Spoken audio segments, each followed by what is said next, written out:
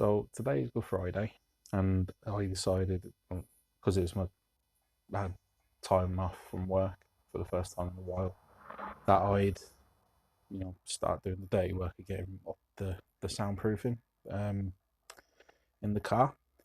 It's rubber and it's quite warm today, as I'm in the t-shirt. However, the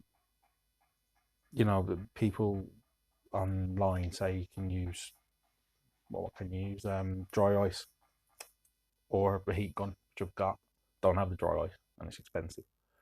But one thing they did say is you use a fire extinguisher, spray it on, and it'll warm it up and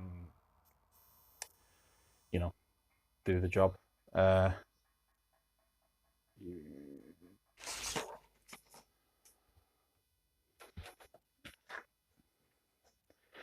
put a photo up to show you what it was like beforehand, but yeah, all it's done is just make a big mess. But do you know what the problem was?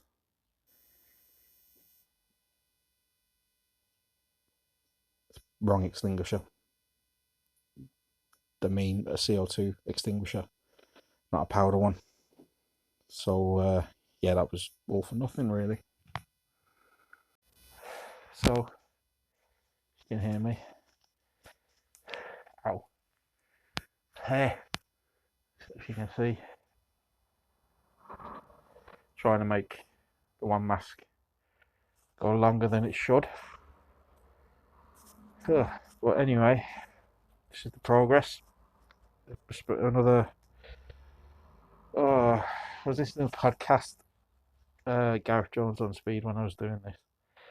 So that went on for about 40 minutes. So this is another 40 minutes in the future with the work I've done. Yeah.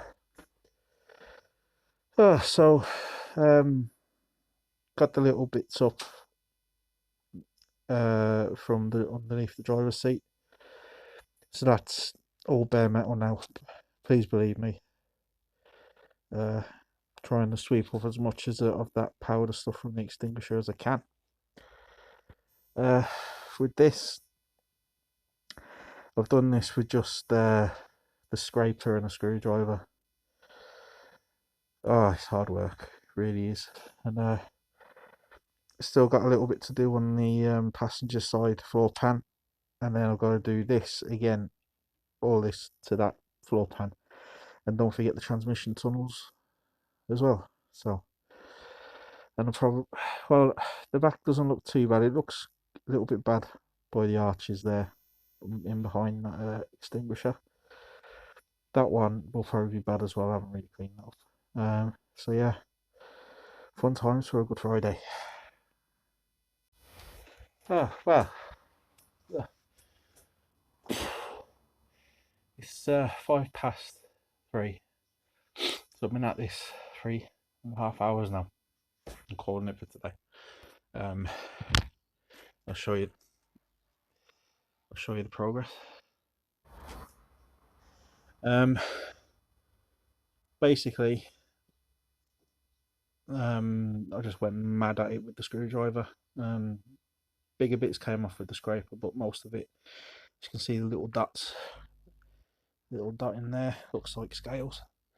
That's from just brute force with the flathead screwdriver. There's a bit over there which is difficult to get off. Same underneath that bag. That bag's full of this stuff, by the way. So tomorrow I'm gonna take the heat gun to it. All the little bits and pieces, like just along there, just along there, over the tunnel as well as there. Take it all off. The floor itself isn't too bad on the back. There's a little. I'll just. Yeah.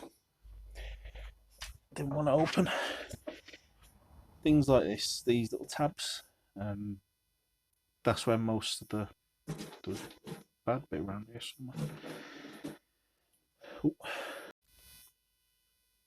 So yeah, it's just tabs like this that have been pushed down over time, and they've let water in, so it's not it hasn't gone through the floor on either this side or this side. Obviously, we have a bad bit there and the bad bit over there, but once I get the heat gun out, we'll be cracking, and then all this rubber will be gone.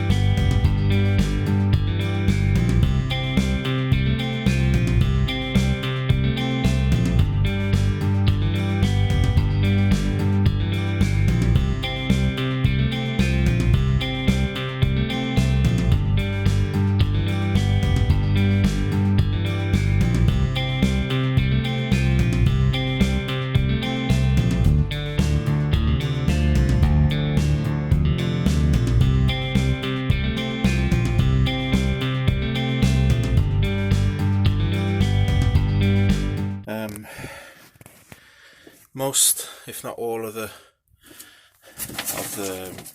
sound deadening is now off the car.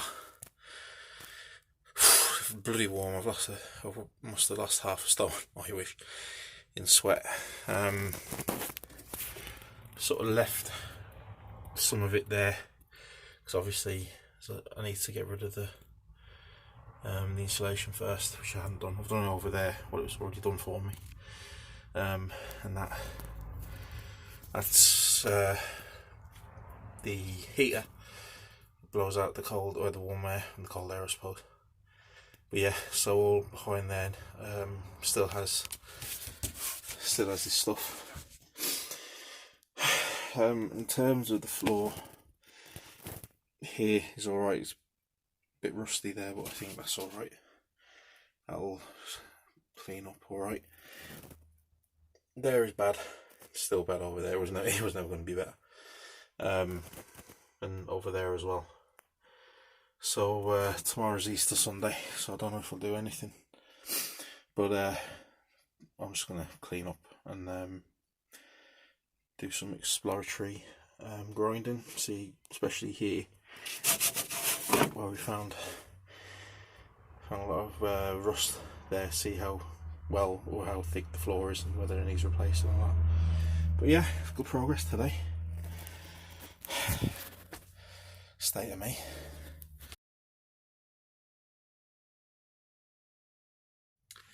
So, it's making great progress, as you can see. Getting more and more to the idea that this is I'm just gonna cut all the pitted bits off, cut around it, and then weld in a new floor or part of the floor. And I'd do more if this thing didn't stop working.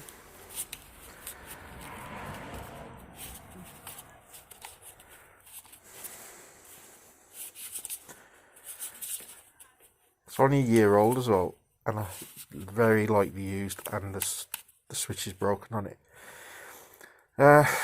So back to the drawing board really. I don't think I can do much more today with it, which is great. New welder, new grinder.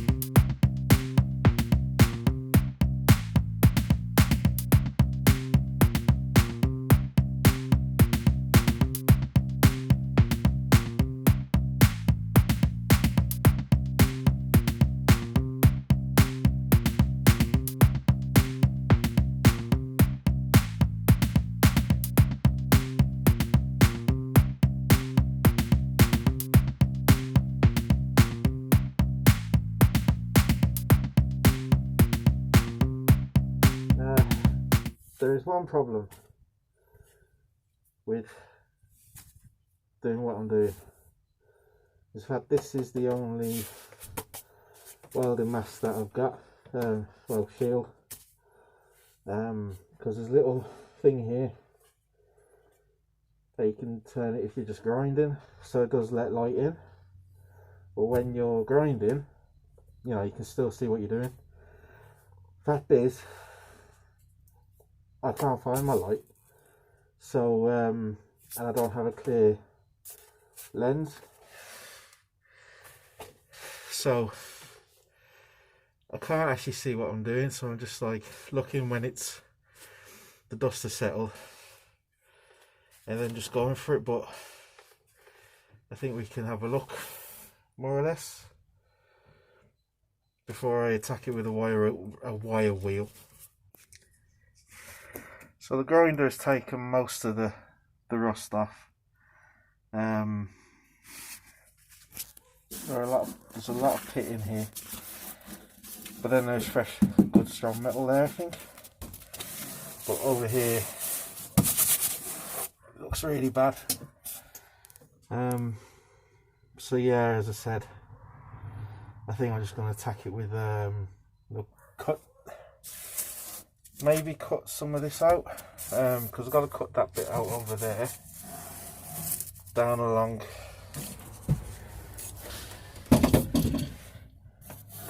here,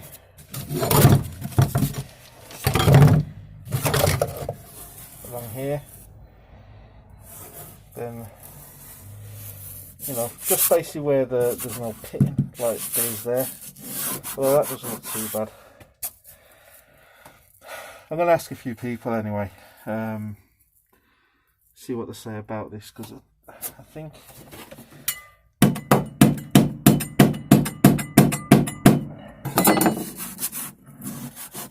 the problem is the worry is that if you got like a sharp implement, could you put it through the floor or through the metal?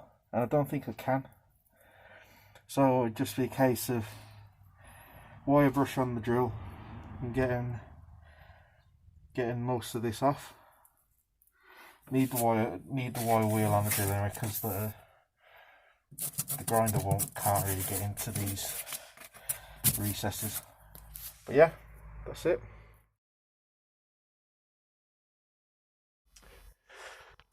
Right, so there's been about a week in between this clip and what you saw just a moment ago. I thought it'd be a good idea to spend the lunch times that I have during this lockdown thing to do the Corolla. You know, the bodywork, there'll be a video about that, I don't mind. But then I sort of got involved in that to the point where I forgot about the Lada. But what I didn't forget was that I got a new toy, because, and again, I'll cut this bit into it. There's parts of the bodywork where in between the sill and the, you know, where you put the seat, it looks a bit crusty. It's very crusty, but the problem is that you get it's like a dust trap as well. And so I found an old Hoover, you know, I was going great guns with it for all of like 2 seconds, and then I thought, oh, there's no suction out of this.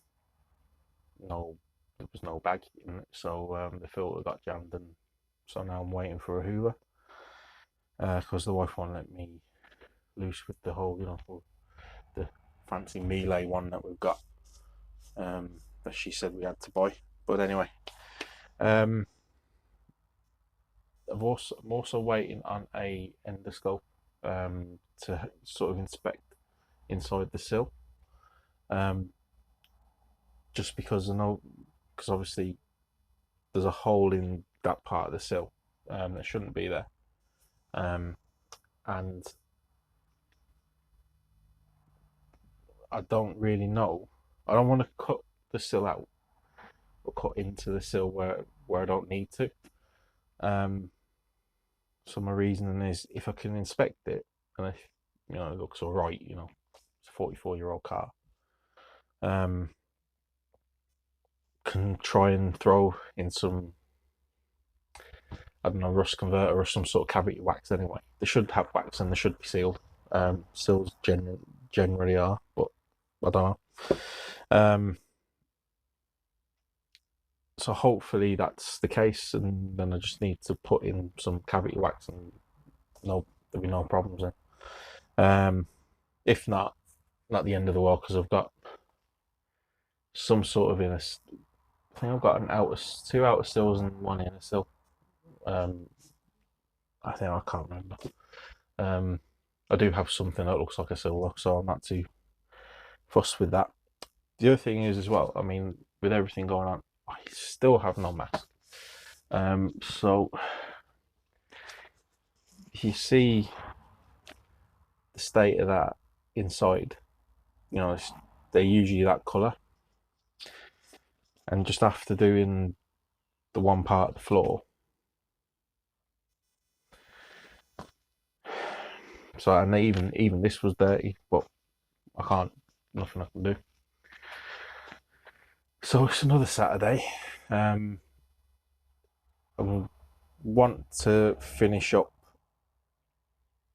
Obviously I had the week off to think about the best way of doing this.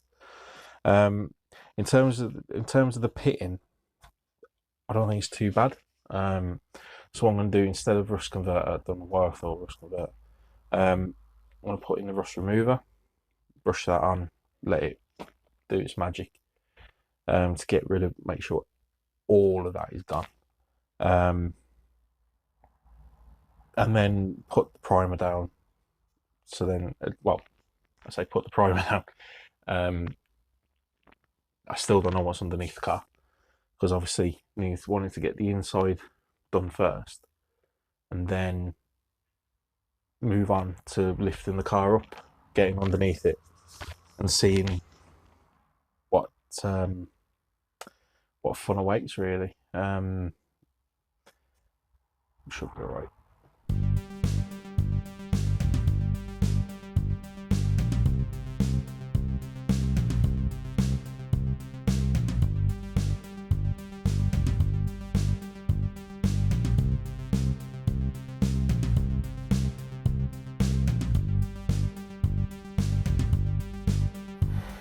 So, at some point in the life of this car, this has been repaired or replaced. And the only thing is that even after sanding it back, there's still a fair bit of rust in there. So, there's the brush.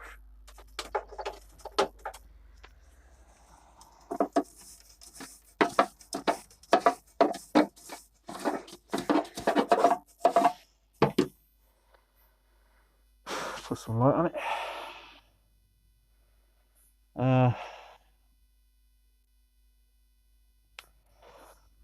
Might be worth taking this out altogether, because obviously if you look at the other one, looks alright, doesn't it? So yeah, I'm just going to carry my fat ass on it, so if the rust doesn't kill it, my weight will, but we can move on anyway.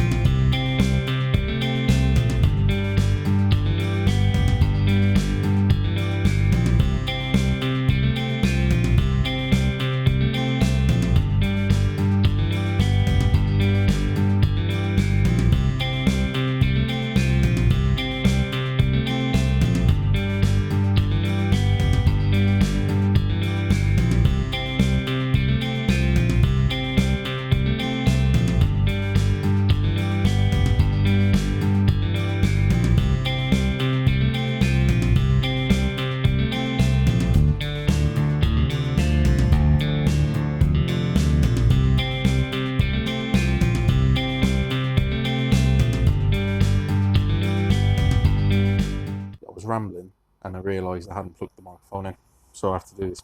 This is the second take, or third actually, because the wife demanding my attention. Anyway, that'll be it for this part.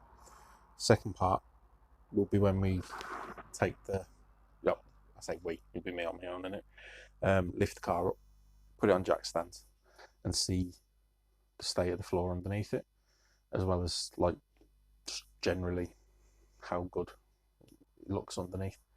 In between that part, obviously when I get my vacuum cleaner sorted out, I'll clean it inside so I can see what I'm doing better with the angle grinder, and get the flat discs as well. So all that will be clean inside, bare metal, ready to see what goes on underneath. So once again, thank you for your company with this video. Please like it if you like it. Please subscribe to it if you want to subscribe. It kills 15-20 minutes, doesn't it? Yeah, and if you think other people will be interested in this, share the video. And yeah, I'll see you again.